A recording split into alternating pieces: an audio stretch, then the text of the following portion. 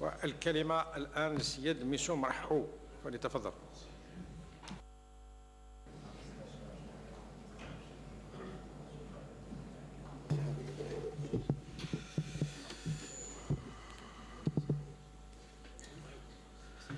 بسم الله الرحمن الرحيم. الحمد لله رب العالمين، والصلاة والسلام على الرسول الكريم.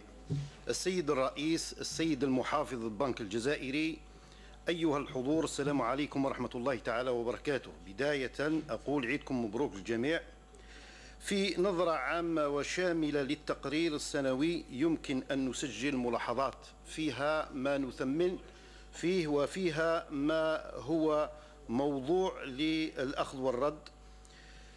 بداية أقول أن كان أملي أن يكون هذا التقرير البنك الجزائري هو تقرير محصلة لتقارير ثلاثية يحتاجها النائب ويتمكن من الاطلاع على المعطيات عن كثب. الأمر الثاني، يلاحظ على التقرير أنه مبني على نفس المؤشرات التي اعتمدتها التقارير السابقة، وهذا بعدم اعتبار كثير من المؤشرات: الناتج الداخلي الممكن، الناتج الداخلي الخام، والمقارنة بينهما يهدف إلى معرفة القدرات والطاقات الضائعة. وهناك مؤشرات غائبة أيضا في الكتاب، مؤشرات النمو الديمغرافي إلى جانب مؤشرات البطالة. نقطة أخرى، في الكتاب وجدنا أيضا معلومات متكررة في أوراق مختلفة، هذا مما ينقص من جودة هذا الكتاب ومستوى اللائق به.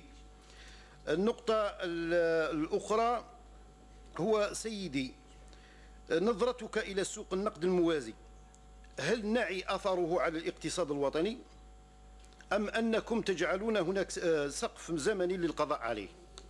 نريد الإجابة على ذلك.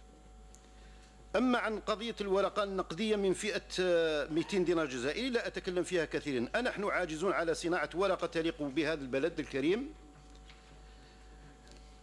ملاحظة أخرى، أين وصلت الورقة النقدية من فئة 1000 دينار؟ هل ننتظر أن يكون المواطن البسيط يسحب مثل هذه الأوراق ويحاسب عليها؟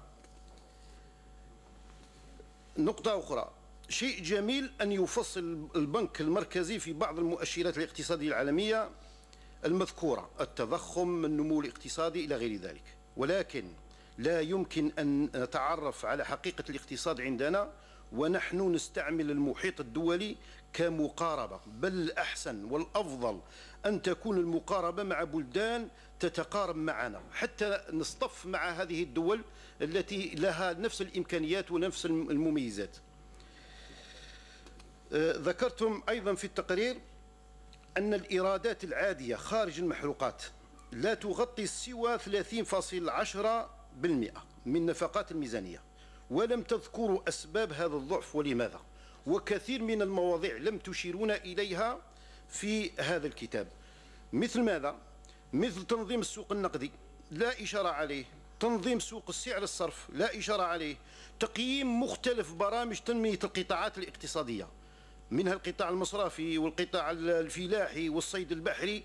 هذا مما يجعلني أخرج شيئا ما عن الموضوع وأقول أن هناك ظاهرة غريبة في الجزائر ولا توجد إلا في الجزائر: وفرة مالية عندنا، بطالة كبيرة، وفقر يزداد، شباب يهرب من البلاد، مشكل كبير. نتساءل هل الأموال ذهبت، الأموال تاع التدعيم هذا تاع تدعيم الدولة للأشخاص أو تدعيم الدولة للقطاعات، تدعيم الدولة للتنمية الفلاحية ولا تدعيم الدولة لأي جهة؟ نتساءل نحن في هذا المجال. أشير في الأخير إلى بعض الملاحظات أيضا. بلغ مجموع شبابيك وكالات المصارف والمؤسسات المالية 1426 شباك، وهو ما يعادل شباكا واحدا لكل 25,700 نسمة.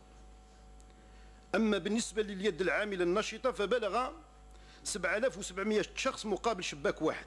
أين المقاييس أو المقياس العالمي الذي نقارن به هذه النسبة؟ من بين 27 مصرفا ومؤسسة مالية لا يوجد مصرفا واحدا من القطاع الخاص الجزائري. نتساءل: أليس من أبناء الجزائر رجل رشيد أو يتعرف على هذا القطاع؟ نتساءل أيضا عن مستوى التمويل الذي ساهمت به هذه المصارف شكرا السيد